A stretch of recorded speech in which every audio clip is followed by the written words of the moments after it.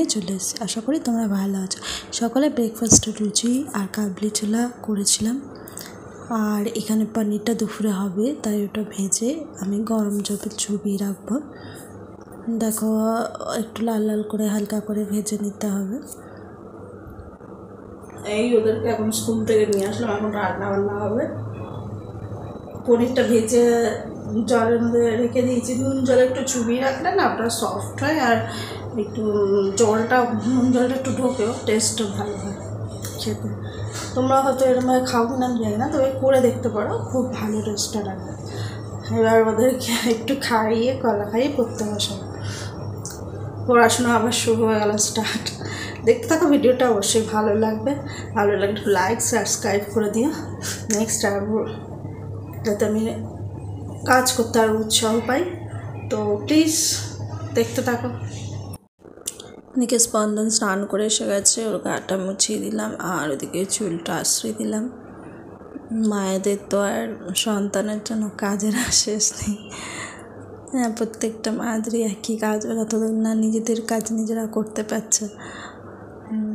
তো আরও কিছুদিন লাগবে, 2 বছর বাদে হয়তো নিজেদের কাজটা নিজেরাই পুরোটাই করতে পারবে।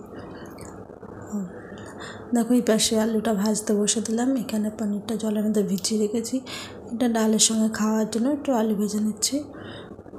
ডাল দিয়ে কিছু একটু আলু ভাজা দিলে ওরা ভালো খায়। এটা গোল গোল চকচক করে আলু ভাজাগুলো ভাজছে। এভাবে আলু ভাজা খেতে ভালোই লাগে ডালের সাথে।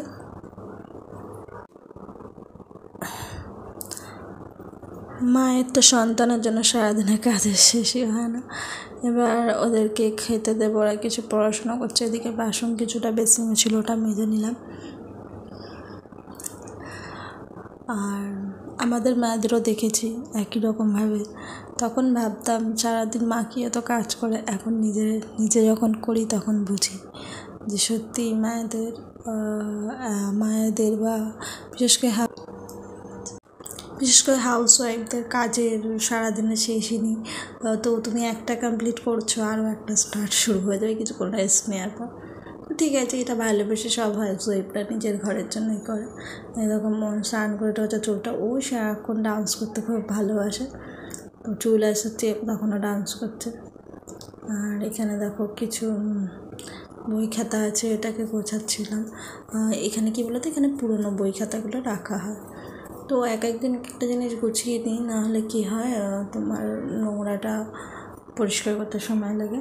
এদিকে স্পন্দন কি পারছে না, আসছে ওই বইটা, সো ওটাতে বলে দিচ্ছিলাম, আর তার মাঝখানে এই কাজটাও করছি। তো এখানে পুরোনো বই খাতা কিছু ওরা নিয়ে একটু খেলে, তাই এটা লাগে। আগের বছরের বই খাতা কিছু রেখে দেওয়া হয়েছে এখানে, এটা এই বছরের নয়। তো সেগুলো গুছিয়ে নিলাম।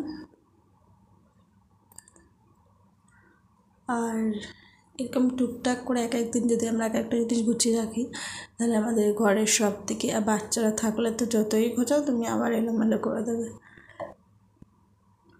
এদিকে পনিরটা দেখো আমার কমপ্লিট হয়ে এসছে।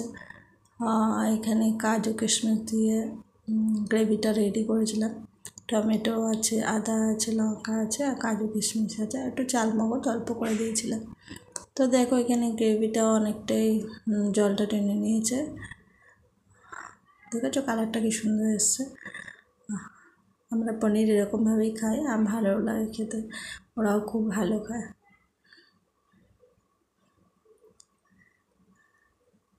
হ্যাঁ, তো সেটাই বলছিলাম। তো একদিন একটা পায়ের যদি আমরা গুছিয়ে রাখতে পারি, আমি এরমভাবেই করছি, তাতে আমার কাজটা অনেকটাই কমপ্লিট হয়ে যায়। এদিকে জল দিয়ে দিয়েছি, এবার এটা ঢেকে দেবো ফুটুক, তারপর নামানোর আগে গরম মশলা ঘি দিয়ে দেবো। একটু মিষ্টি তো দিতেই হবে, পনিরে একটু মিষ্টি দিলে ভালো লাগে খেতে। পনির একটু মিষ্টি মিষ্টিই খেতে ভালো লাগে। আমি তো ভালোই খাই, আমরা এরকম মিষ্টি মিষ্টি একটু খাই, সেটা ভালোও লাগে নিরামিষ। আর ওদিকে ভাতটা বসে দিয়েছি, এদিকে দিয়ে রান্না করে নিচ্ছি। তেলগুলো আমার চতুর্থে হাত আমি একটু মুছে দিই, বাসন মাজাজ করে, বিশেষ করে অনেক সময় জল টল ছেটে দেওয়া নোংরা লাগে, তেলও মাঝে মাঝে পরে। আমাদের তো এক্সেস আছে, মানে চিমনি নেই, তো সে তো এগুলো মুছে দিই মাঝে মাঝে যখনই সময় পাই। বাসন মাঝে মাঝে মুছে দিলাম, তাতে পরিষ্কার থাকে তেলটা একটু। আর এদিকে দেখো পনিরটা আমার কমপ্লিট হয়ে গেছে। দেখো একটু ঘি দিয়েছি আর একটু চিনি দিলাম আর গরম মশলা লাস্টে নামানোর আগে দিলাম। দেখো দেখতে কালারটা খুব সুন্দর লাগছে না?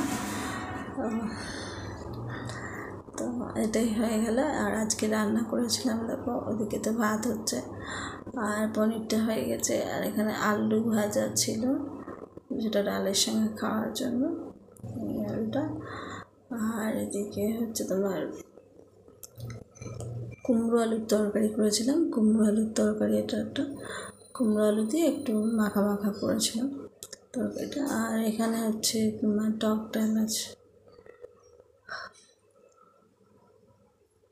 আম দিয়ে ডাল আছে। দেখো মোটামুটি আমার গ্যাস ট্যাস মোচা হয়ে গেছে, ভাতটা হলেই হয়ে যাবে। তারপর ওদেরকে আমি খেতে দিয়ে দেবো। তাহলে আজকে রাখি, আবার নেক্সট ব্লগে একটা মাঝে দেখা হবে। Bye bye friend.